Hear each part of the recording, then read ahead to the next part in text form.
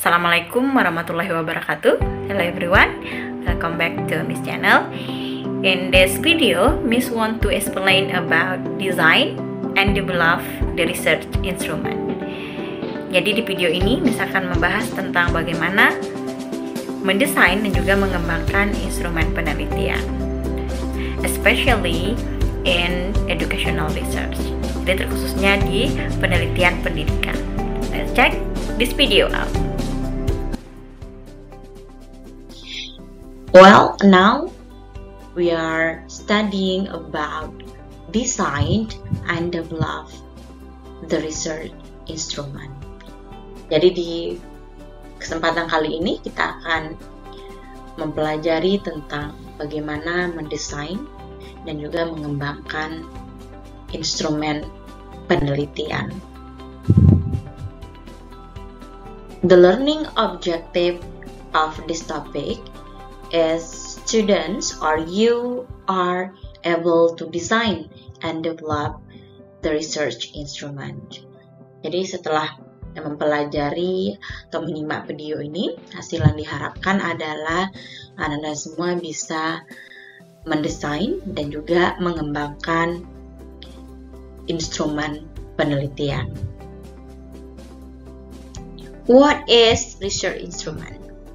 Research instruments are tools used by the researcher in their data collections activities so that these activities become systematic and made easier by them. Jadi instrumen penelitian itu adalah alat yang digunakan oleh peneliti dalam kegiatannya mengumpulkan data agar kegiatan tersebut menjadi sistematis dan dipermudah olehnya.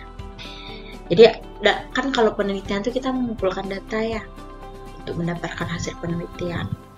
Nah, untuk mengumpulkan data itu maka digunakan alat-alat. Nah, ini kita lihat kalau di sini ada banyak sekali ya alat-alat yang digunakan si peneliti ini untuk memperoleh data. Begitu juga dengan penelitian pendidikan. Supaya nanti kita mendapat jawaban dari background of the problem di chapter 1 kita udah bahas ya, ada formulation of problem, kemudian ada research question yang mau kita jawab. Nah, di bab 3 kita harus mengungkapkan apa saja instrumen yang kita gunakan untuk memperoleh data tadi, data-data apa saja. Tuh, semua alat yang digunakan di dalam penelitian yang mendukung untuk mendapatkan data yang akurat itu dinamakan research instrument. And then we come to the specific educational research instrument. Karena kita penelitian pendidikan ini, jadi tentu alat yang digunakan adalah yang mengarahkan kepada penelitian pendidikan. Apa itu instrumen dalam penelitian pendidikan? Ya sama saja dengan instrumen dalam penelitian lain sebenarnya. An instrument is a tool that meets academic requirement so that it can be used as a tool to measure a measuring object or collect data about a research variable. Nah, jadi instrumen penelitian pendidikan itu adalah suatu alat yang digunakan untuk memenuhi persyaratan akademis sehingga dapat digunakan sebagai alat untuk mengukur suatu objek ukur atau mengumpulkan data mengenai variabel penelitian. Ya. Nah, kemarin kita udah bahas tentang variabel dan juga konstanta gitu ya. Kita harus udah ada di variabelnya. Nah, untuk mengumpulkan data ini, untuk mengumpulkan data tentang variabel yang akan kita teliti nanti kita menggunakan instrumen. And then we come to the types of research instrument. The first is questionnaire, and then the second is interview guide, and the third observation guidelines for documentation, 5th test, 6 checklist, and then 7 researcher. Jadi ada 7 jenis instrumen penelitian yang biasanya digunakan di dalam penelitian pendidikan. Yang pertama adalah kuesioner. Dalam bahasa Indonesia juga disebutnya kuesioner. Kuesioner ini merupakan teknik pengumpulan data yang dilakukan dengan cara memberi seperangkat pertanyaan atau pernyataan tertulis kepada responden untuk jawab ya. Nanti dalam kuesioner itu biasanya mungkin kita udah pernah mengisi kuesionernya, ada pertanyaan atau pernyataan yang harus kita isi gitu. Nanti dia akan dibagikan kepada partisipan atau juga objek penelitian gitu ya, sampel penelitian. Nah, mereka diminta mengisi nanti ada beberapa butir pertanyaan atau pernyataan yang harus mereka jawab. Itu dia kuesioner. Kemudian yang kedua ada interview guide. Interview guide ini atau juga disebut pedoman wawancara. Jadi seperti yang kita ketahui, wawancara itu adalah percakapan antara dua orang atau lebih dan berlangsung antara narasumber dan pewawancara. Jadi kalau misalnya penelitian menggunakan interview guide, nah kita harus sediakan dulu kira-kira pertanyaan apa saja yang kita butuhkan untuk penelitian kita, yang kita mau tanyakan kepada responden atau juga partisipan kita sehingga kita mendapat jawaban. Kalau kuesioner tadi dia tinggal mengisi iya atau tidak atau di checklist, kalau interview guide ini biasanya dia pertanyaannya nanti jawabannya bisa saja meluas gitu ya, tergantung dari partisipannya. Jadi itu interview guide. Nah, interview guide itu merupakan instrumen. Observation guidelines, yang ketiga itu ada namanya adalah panduan observasi. Ya. Observasi itu adalah teknik pengumpulan data yang dilakukan melalui suatu pengamatan dengan disertai pencatatan terhadap keadaan atau perilaku objek sasaran.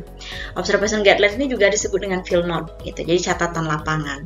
Nah, kalau tadi di kuesioner dan interview guide kita mau cari partisipan. Kalau di observation guidelines ini kita gunakan untuk mengawasi responden atau partisipan kita selama penelitian itu. Misalnya penelitian kita adalah tentang penerapan suatu metode di dalam kelas, kalau penelitian eksperimen.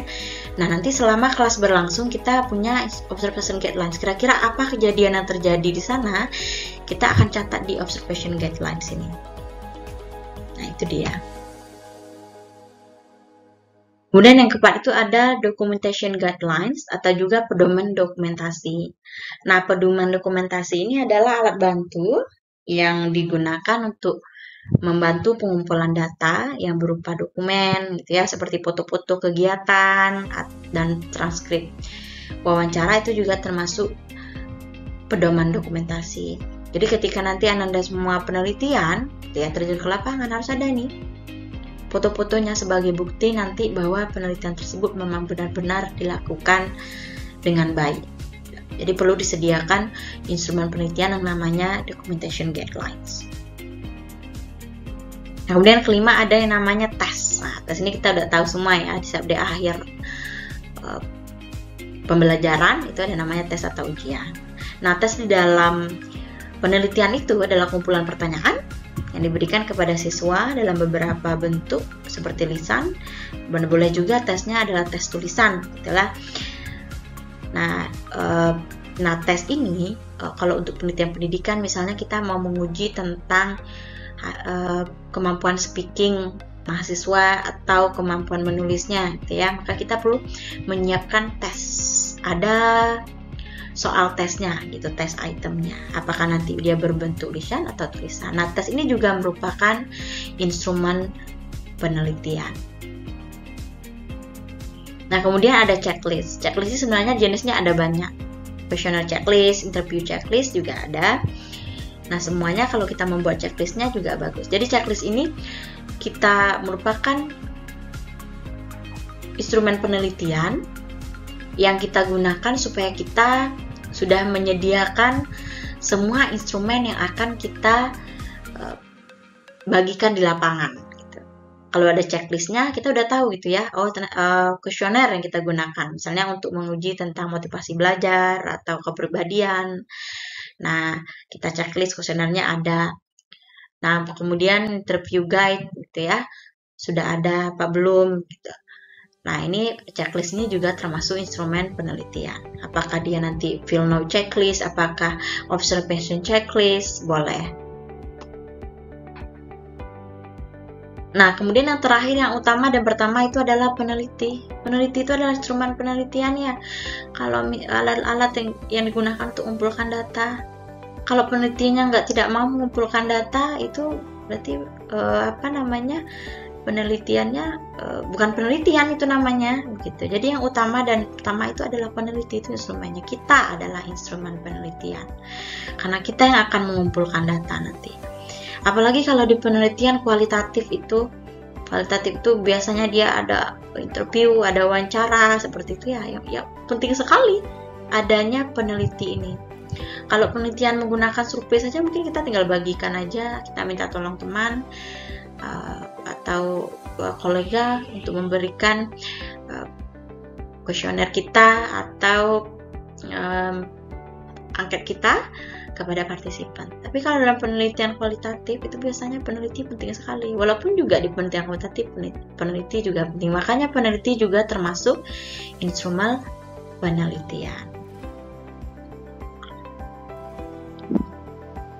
Nah, sekarang beri contoh jenis penelitian tadi yang udah kita bahas ya. Yang pertama itu ini contoh kuesioner penelitian. Ini ada contohnya. Bisa ambil di internet ini. Contoh kuesioner kepuasan kerja dosen dan tenaga pendidikan. Nah, nanti ada keterangannya gitu ya. Kemudian ada pembukanya, angkat dia tujuannya apa gitu ya. Kemudian ada keterangannya. Kemudian baru ada pertanyaan atau juga pernyataannya di sini. Ini ada 20 pertanyaan ya. Jadi kira-kira begini bentuk kuesioner. Jadi nanti tinggal di checklist saja oleh responden. Nah, STS ini artinya sangat tidak setuju, netral, sangat setuju atau setuju. Ini di sini. Jadi kita harus perhatikan ini bahasanya gitu ya, pace-nya seperti apa, keternampakan dari kuesioner kita. Contohnya yang kuesioner. Kemudian yang pedoman wawancara. Ini contohnya pedoman wawancara udah ada 25 pertanyaan. Ini kalau kita lihat penelitiannya tentang mewawancara kepala bagian pelayanan umum gitu ya, kelurahan di salah satu daerah di Jakarta Selatan. Jadi si peneliti udah mengumpulkan ada 25 pertanyaan ini yang kira-kira nanti bisa menjawab pertanyaan penelitian. Nah, ini merupakan instrumen penelitian ini. Setiap instrumen itu harus kita buat dengan bagus. Ini juga kuesioner instrumen yang pertama, kemudian juga pedoman wawancara ini instrumen. Kemudian yang ketiga ada pedoman observasi. Nah, pedoman observasi ini dibuatlah aspek observasinya apa saja, tujuannya gitu ya, objeknya apa, waktunya berapa lama, lokasinya di mana, kemudian alat observasinya apa aja. Itu pedomannya. Baru nanti ada observation sheet gitu, ada lembaran observasinya. Nah, kemudian dia adalah pedoman dokumentasi. Dokumentasi ini bisa saja foto-foto gitu ya, dengan ada gambar, foto, buku, inventaris. Nah, data pendukungnya apa? Nah, berarti ketika kita di sekolah tentu kita harus minta juga data sekolah tersebut gitu ya. Di mana lokasinya, apa visi dan misi sekolahnya, kurikulum apa yang digunakan di sana. Gitu. Ini merupakan pedoman dokumentasi. Yang termasuk juga instrumen penelitian. Nah, kemudian yang berikutnya ada tes. Gitu. Ini contohnya writing test. Ini writing testnya. Ini tentu sudah divalidasi oleh expert, ya. Boleh nanti atau kalau misalnya writing tentu dosen writing ya, ahli di writing. Kalau speaking itu dosen speaking. Nah, bentuknya boleh seperti ini. Gitu. Nah, yang terakhir itu adalah checklist. Ya. Kalau checklist ini sebenarnya ini kita yang punya. Gitu. Kita buat dulu aspek apa saja yang mau kita teliti nanti di lokasi. Bisa ini bentuknya adalah checklist observasi gitu ya. Nah, dibuatlah apa saja aspeknya. Kemudian nanti udah dapat apa belum kita cek. Ya, ada tidaknya seperti itu ya. Ini maksudnya checklist. Juga merupakan instrumen penelitian. And then we come to the instrument and the method. The instrument for the test method is a test or test question. And then instrument for the questionnaire method is called a questionnaire. And then the instrument for the observation method is a checklist. The instrument for the documentation method is a documentation guide, or it could also be checklist. Nah, jadi ada instrumen, ada metode. Kalau misalnya penelitian kita menggunakan metode tes, gitu ya, berarti instrumennya adalah tes, gitu ya, atau juga pertanyaan tes, soal tes, itu dia instrumennya. Kemudian kalau metodenya adalah metode kuesioner, berarti instrumennya adalah kuesioner atau angket. Kemudian kalau metode penelitian kita adalah metode penelitian observasi, bisa menggunakan checklist. Checklist apa saja yang mau kita awasi selama penelitian. Kita hanya melihat perilaku siswa dan guru di dalam kelas, misalnya, itu kan kita perlu observation checklist. Nah, metode observation berarti dia instrumennya adalah checklist. Kemudian yang terakhir adalah untuk dokumentasi, metode dokumentasi. Kalau penelitiannya metode dokumentasi, ini maksudnya metode pengumpulan data ya, bukan metode penelitiannya, tapi metode pengumpulan datanya menggunakan dokumentasi. Artinya kita perlu dokumentasi guide ini, panduan dokumentasinya. Kemudian juga bisa menggunakan checklist kalau penelitian dokumentasi. Penelitian yang menggunakan metode pengumpulan data dokumentasi itu biasanya metode penelitian pustaka, gitu ya. Penelitian pustaka itu biasanya termasuk penelitian kuantitatif yang deskriptif. Itu dia menggunakan dokumentasi guide ini dan juga checklist. What are the characteristics of a good instrument? Kira-kira kalau instrumen yang baik itu seperti apa ciri-cirinya? You can see as follow. One is validity, and then reliability, and high objectivity, and the last good possibility. Jadi instrumen yang baik itu dia harus valid. Valid ini artinya dia sahih. Instrumen yang kita gunakan itu dapat mengukur apa yang mau kita. Kalau misalnya mengukur speaking, artinya kita harus menggunakan speaking test. Dan ada speaking rubriknya. Kalau writing yang mau diukur atau data writing mau didapatkan, berarti harus ada writing testnya. Kemudian juga ada scoring rubrik untuk writingnya seperti apa. Kemudian reliable. Reliability ini artinya adalah dia konsistensi. Mau sekarang, besok, atau kemarin, hasilnya yang didapatkan dari instrumen kita itu sama. Di sampel yang sama. Nah, kemudian high objectivity. Objectivity ini, objektivitas kebalikan dari subjektivitas. Kalau misalnya kita mau meneliti tentang kemampuan speaking siswa, nah artinya kita harus objektif dalam menilai sesuai dengan rubriknya. Kalau misalnya menilainya 50, ya 50 yang dibuat. Jangan dimanipulasi datanya. Gitu ya. Kalau dimanipulasi itu namanya subjektivitas. Itu sudah melanggar dari kaidah ilmiah. Kemudian good visibility. Good visibility itu artinya adalah kedepannya, artinya penglihatannya, data yang ditampilkan itu bagus, gitu ya, sesuai dengan yang didapatkan. Nanti ada chartnya seperti apa, tabulation of datanya seperti apa. Nah, instrumen ini harus punya good visibility ini, bisa dideskripsikan dengan baik. Itu dia karakteristik dari instrumen yang baik. Validity. Validity is the ability of measuring instrument to measure what it's to measure. Iya, tadi Miss juga udah bahas bahwa validitas itu atau validity itu adalah kemampuan instrumen untuk mengukur apa yang mau diukur. Itu ya. Kalau misalnya speaking ability yang mau diukur, artinya dia menggunakan speaking test, ada speaking rubric. Nah, tadi itu validitasnya. Sebuah penelitian itu harus valid dan juga reliable, apalagi penelitian kuantitatif. We come to the types of validity.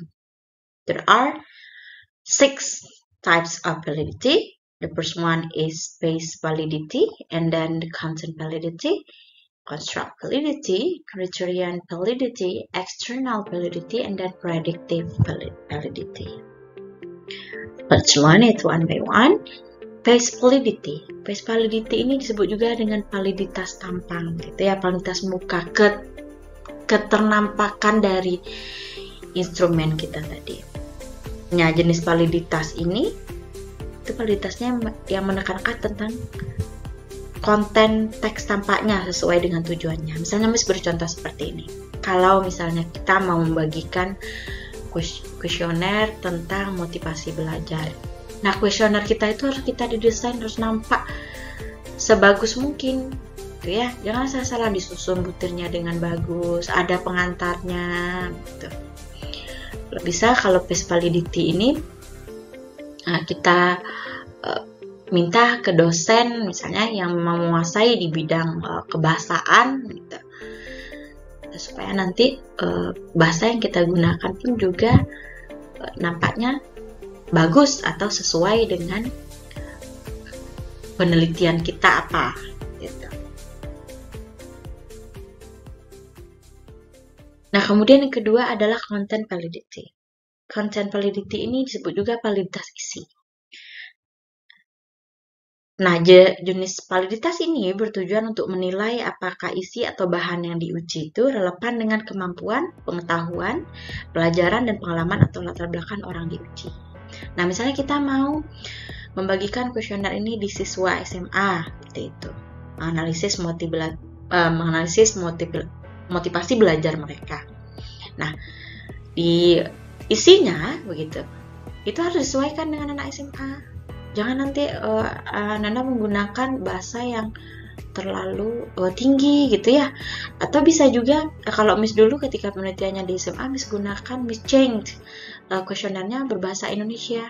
Karena berbahasa Inggris kan kemampuan anak SMA kita kan belum terlalu ini ya.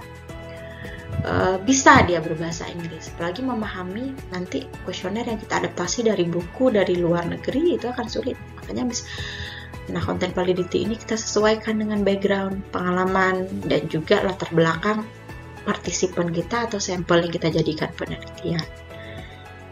Itu maksud dari content validity. Nah, kemudian kita ke construct validity. Construct validity ini di dalam bahasa Indonesia disebut validitas construct. Artinya jenis yang ini, validitas yang ini itu dapat mengevaluasi alat ukur yang digunakan apakah akan benar-benar mewakili objek yang mau diukur. Nah, istilah construct ini sendiri yaitu mengacu pada konsep maupun karakteristik yang tidak dapat diamati secara langsung. Nah, contohnya contoh construct validity ini adalah misalnya kita meneliti tentang personality, karakteristik individu. Ini kan sebenarnya kita akan sulit sebenarnya kita meneliti ini. Nah, makanya construct validity ini berguna gitu, dalam mengevaluasi alat ukurnya. Misalnya kita mau membagikan kuesioner atau ingin mendapatkan hasil dari jenis kepribadian siswa. Nah, itu memang buku yang kita adaptasi atau sumber yang kita adaptasi untuk sebagai kuesionernya, indikator kuesionernya itu adalah buku orang psikologi gitu ya, bukan buku bahasa Inggris. Itu dia construct validity.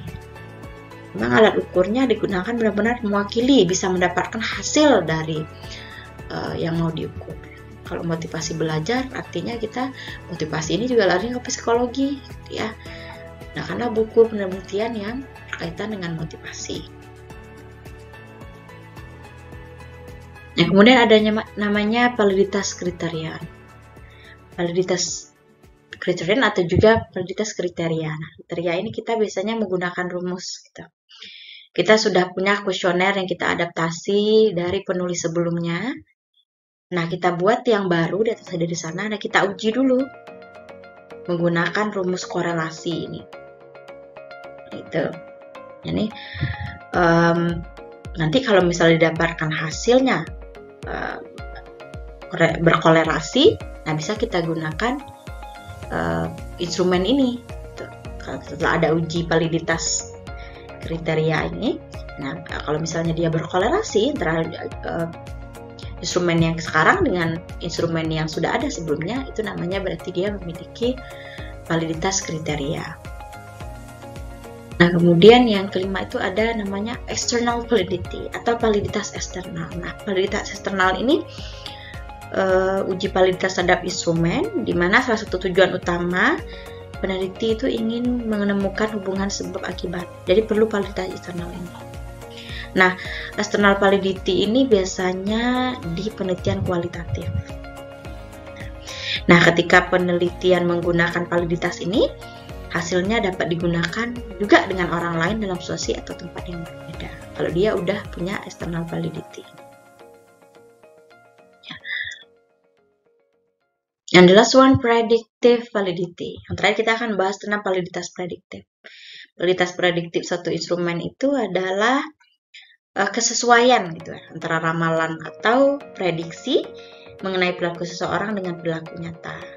Jadi semakin tinggi korelasi yang ditunjukkan menjadi bukti bahwa instrumen dapat menghasilkan hasil akurat. Nanti kan ada uji validitas ya, setiap validitas ini ada pengujiannya nanti. Tapi juga ada juga yang menggunakan pendapat dari expert, itu content validity, construct validity. Nah, kalau kemudian kalau kriterion eksternal dan prediktif itu dia biasanya menggunakan rumus korelasi.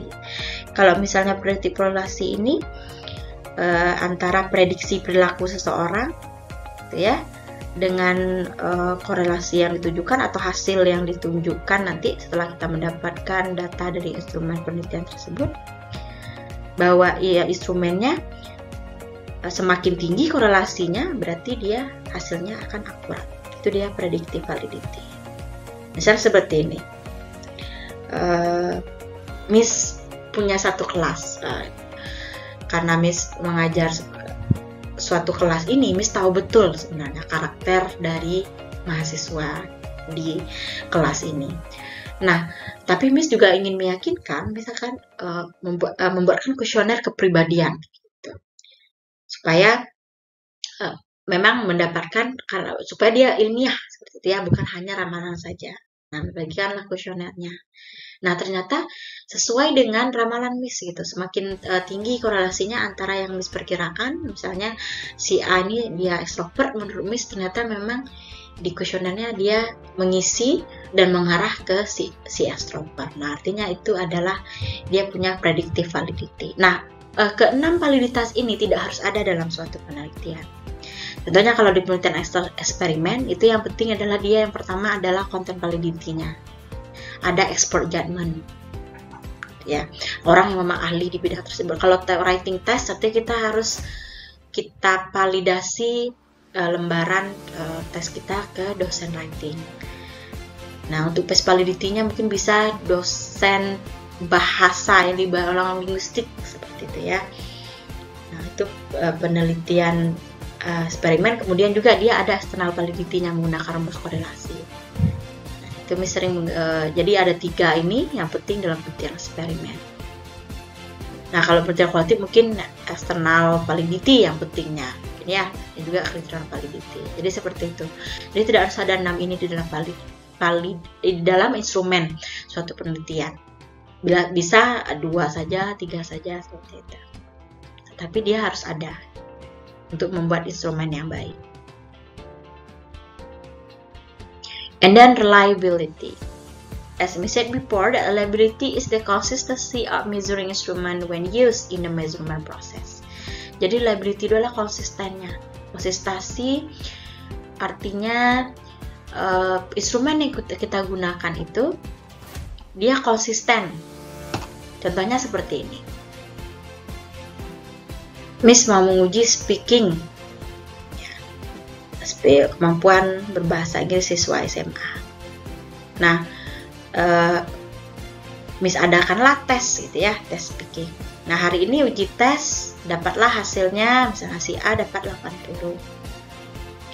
Besok lagi diadakan juga 80 nilainya. Besok lagi speaking testnya, misalnya sebulan lagi tetap juga nilainya 80. Itu ya. Sebelum ada treatment tertentu. Nah, berarti instrumennya itu adalah reliable. Nah, untuk menguji ini sebenarnya tidak hanya dengan melihat nilainya seperti itu saja, ada uji statistiknya. menggunakan Alpha Cronbach, itu Spearman Brown. Nanti ada SPSS namanya. Nah, ketika Anda menyusun skripsi nanti bisa mempelajari tentang bagaimana mencari reliabilitas suatu instrumen penelitian. How to determine reliability. Bagaimana cara kita menentukan reliabilitas? Ada 3 cara. Yang pertama adalah menggunakan test retest, kemudian split half test, kemudian equivalent form. Jadi nanti kalau di dalam penelitian kuantitatif itu dia ada cara menentukan reliabilitasnya. Yang pertama adalah menggunakan test retest. Test retest ini itu fungsinya adalah untuk mengetahui keterandalan atau reliabilitas skor hasil pengukuran. Nah, maka tersebut pengukurannya perlu dilakukan 2 kali gitu. Pengukuran pertama dan pengukuran kedua atau ulangnya. Itu yang Miss maksud tadi. Misalnya Miss mau mengajukan uji speaking. Nah, bagusnya hari ini tes speaking, kemudian besok atau jangka waktu 3 hari lagi bisa adakan lagi tes speakingnya. Nah, kemudian seminggu lagi tes speaking. Nah, supaya pengukurannya bisa konsisten. Nah, bisa juga nanti tes retest ini bisa juga menggunakan, kalau tidak pun diulang tesnya, menggunakan 2 rater. Artinya ada 2 penilai. Nah, selain Miss yang menilai, mungkin ada dosen yang speaking lagi yang menilai speaking siswa, supaya dikumpulkanlah nilai yang Miss punya dengan nilai yang dosen yang satunya, nanti dibagi, maka dapatlah skor yang reliable. Hanya tidak boleh ada satu saja penilai, terus ada rater, 2 raternya seperti itu, atau 2 asesornya dalam suatu tes, supaya dia tidak subjektif. Nah, kemudian untuk menentukan reliability yang kedua adalah menggunakan reliability instrumennya ya, menggunakan split half test. Nah, split half test ini artinya instrumennya tadi dibagi menjadi 2 gitu butirnya. Kalau misal kuesioner ada butir 1, 2, 3, 4 dan sebagainya. Nah, nanti kita bagi 2 gitu. Separuh yang pertama atau juga angka yang ganjil ini disusun menjadi bagian pertama, kemudian yang genap menjadi bagian kedua.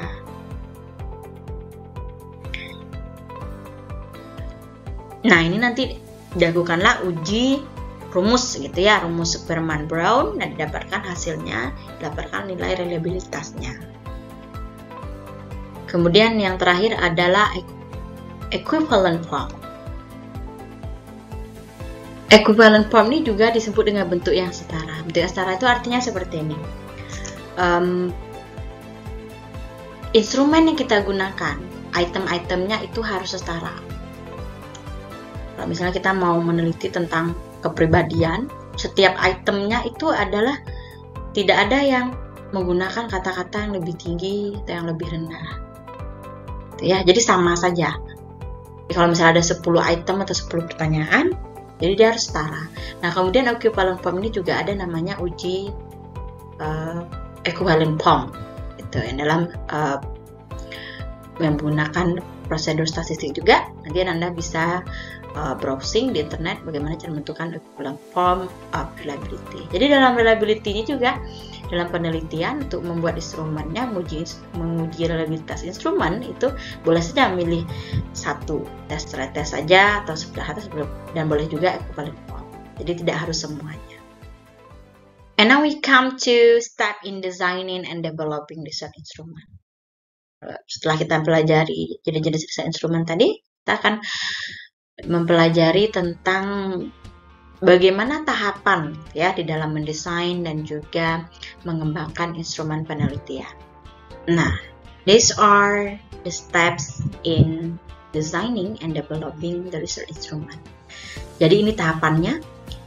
Yang pertama itu adalah kita menentukan variabelnya. Kita udah bahas ya variabel penelitian apa saja. Kemudian di bab 2 kita masukkan teorinya apa saja, baru nanti kita construct ya. Yang construct the instrument, kemudian conceptual definition, definisi konseptualnya, kemudian operational definition. Definisi operasional, instrument setting itu adalah penetapan instrumen, Kemudian instrument grid, kisi-kisi instrumen. Nah, variabel seperti apa? What is the name? Can it be measured? Apa variabel kita? Kira-kira bisa nggak diukur? Ya. Kemudian kita ke teorinya. What's the concept like? From anyone? Seperti apa konsepnya? Dari siapa saja gitu, siapa saja ahlinya yang mau kita ambil teorinya, yang mau kita kembangkan jadi instrumen.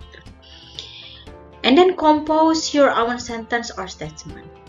Kita menyusun sendiri kalimat atau pernyataannya. Setelah ada teori tadi, ya kita kembangkan, kita susun sendiri kalimat atau pernyataannya gitu. Misalnya menggunakan instrumen kuesioner, wawancara atau tes gitu ya. Kemudian mendefinisikan gitu ya, definisi konseptualnya. Nah, this is exactly the same as the construct formula. Setelah kita punya construct formulanya, nah definisi konseptualnya harus sama dengan formulanya tadi. Kemudian kita ke tahapan definisi operasional. Nah, the same as the conceptual definition, including how to measure. Jadi kalau ke definisi operasional ini, dia harus sama dengan definisi konseptualnya, nyambung gitu, jangan pula lari. Kalau mau instrumennya adalah speaking test, jangan pula lari ke writing test. Kemudian juga dimasukkan dengan bagaimana cara mengukurnya. Ya, kemudian baru menetapkan instrumennya, instrument setting. Can be questionnaire, attitude scale, test, observation sheet, and etc. Jadi bisa saja kita menggunakan kuesioner, ada skalanya, gitu. Apakah skala sikap, gitu ya. Kemudian ada tes, ada lembar observasi, atau yang lain tadi yang sudah kita bahas. Baru kita ke instrumentation grid, kisi-kisi instrumennya apa saja. Nah, sajikan dalam bentuk matriks, gitu. Ada tabelnya, gitu ya. Ada rubriknya, ada pill note-nya. Bukan pill note, tapi blueprint-nya. Sudah ada. Kalau misalnya kepribadian, menguji kepribadian, bagaimana dia ketika bersosialisasi, ya, bagaimana itu indikatornya yang pertama, misalkan. Kemudian indikator yang kedua, apa yang dia senangi. Gitu. Apakah senang di keramaian, apakah senang di ada. Nah, itu tidak dikembangkan. And then the next step is writing instrument items. Penulisan butir instrumennya kalau sudah ada kisi-kisinya tadi. Kemudian instrument trial, uji coba instrumen, analysis of trial result, kemudian dianalisa hasil uji cobanya. Kemudian di instrument revision, kita revisi instrumennya. And then finalization of instrument, and then the last manufacture instrument. Jadi nanti finalisasi instrumennya, kemudian perbanyak instrumennya lagi. Nah, tadi sudah ada kisi-kisi, make statement or question. Mulailah membuat tadi, udah ada indikatornya. Kepribadian yang pertama adalah bagaimana cara dia bersosialisasi, itu indikatornya. Nah, contohnya misalnya pernyataannya, saya suka berbicara di depan orang ramai. Nah, itu pernyataan yang kedua untuk pernyataan pertama untuk indikator bagaimana cara bersosialisasi. Kemudian yang kedua, saya ramah terhadap semua orang. Itu statement yang kedua. Nanti bisa dikembangkan seperti itu. Ya, kalau misalnya Anda ada pertanyaan ini boleh ditanyakan. Kemudian ada namanya uji coba lagi. Setelah ada kita buat tadi pernyataan-pernyataannya, misalnya ada 30 pernyataan dalam satu angket atau kuesioner. Kita uji coba. Nah, uji coba ini conducted on equivalent prospective sample. Jadi harus diuji dengan calon sampel yang setara. Kalau misalnya anak SMA yang mau dijadikan sampelnya, ya tentu uji coba instrumen juga harus anak SMA. Kalau nanti instrumennya akan dibagikan di kelas IPA, tentu juga pengujiannya di kelas IPA yang lain, seperti itu. Jangan pula pengujiannya di kelas IPS.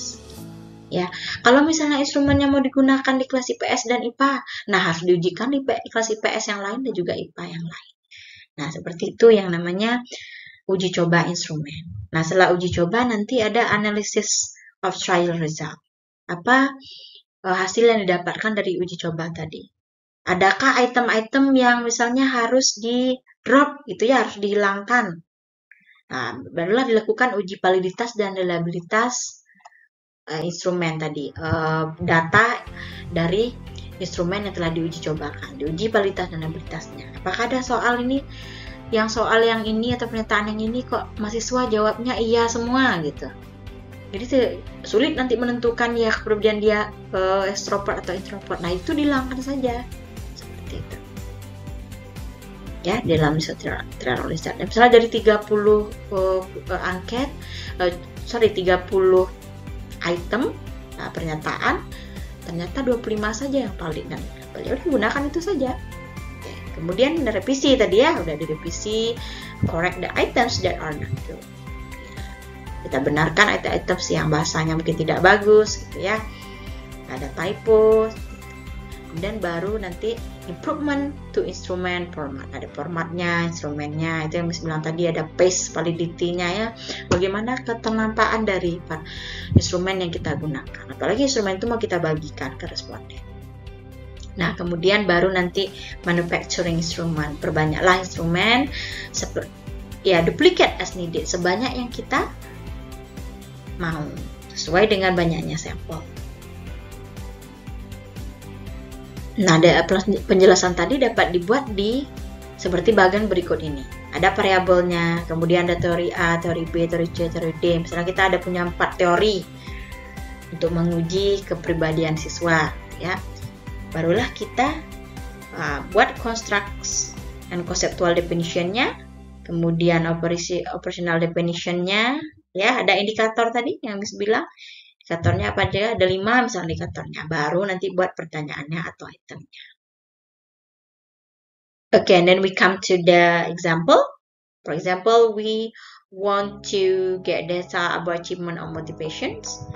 Kita mau meneliti tentang motivasi belajar, motivasi berprestasi. Ada Maslow teori, kalau Murray teori ini nama orang ya, Herzberg, Max Cleland. Nah, teori dari 4 ini kita simpulkan. Yuk pakai bahasa, Anda semua pakai bahasa sendiri. Ternyata achievement motivation is a necessity or a person's motivation to act better than anything ever made or achieved previously or created or achieved by someone else. Motivasi berprestasi itu adalah kesungguhan atau daya dorong seorang untuk berbuat lebih baik dari apa yang pernah dibuat atau diraih sebelumnya maupun yang dibuat atau diraih orang lain. Nah, achievement motivation ini juga termasuk psikologis ini. Ini teori-teori yang dapat dari ahli-ahli psikologi. Nah, udah dapat teorinya. Ini udah dapat definisi operasionalnya. Baru kita ke indikator. Nah, indikator yang dapatkan ada 7. Apa saja indikator dari motivasi berprestasi itu? Yang pertama adalah try to be excellent in group. Berusaha untuk unggul dalam kelompok. Ya. And then complete the task well. Menyelesaikan tugas dengan baik biasanya siswa yang punya motivasi berprestasi. And then rational in achieving success. Dia kalau meraih sukses itu rasional, ya. Kemudian likes challenges, suka dengan tantangan. Kemudian accept personal responsibility for success. Dan menerima tanggung jawab pribadi untuk sukses. Kemudian likes work situation with personal responsibility. Menyukai situasi pekerjaan dengan tanggung jawab pribadi. And the last, feedback and medium level risk. Umpan balik dan risiko tingkat menengah. Oh, ini yang ke-7 ini masih bagian dari yang ke-6. Nah, kita menemukan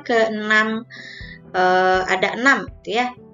Dari teori-teori dari 4 expert ini ada 6 indikatornya. Nah, indikatornya ini yang 6 ini kita kembangkan di dalam statement, question, atau items. Misalnya dari yang item yang pertama, yang ke-1, try to be excellent in the group, ada 1, 2, atau sampai 4 pernyataan gitu ya.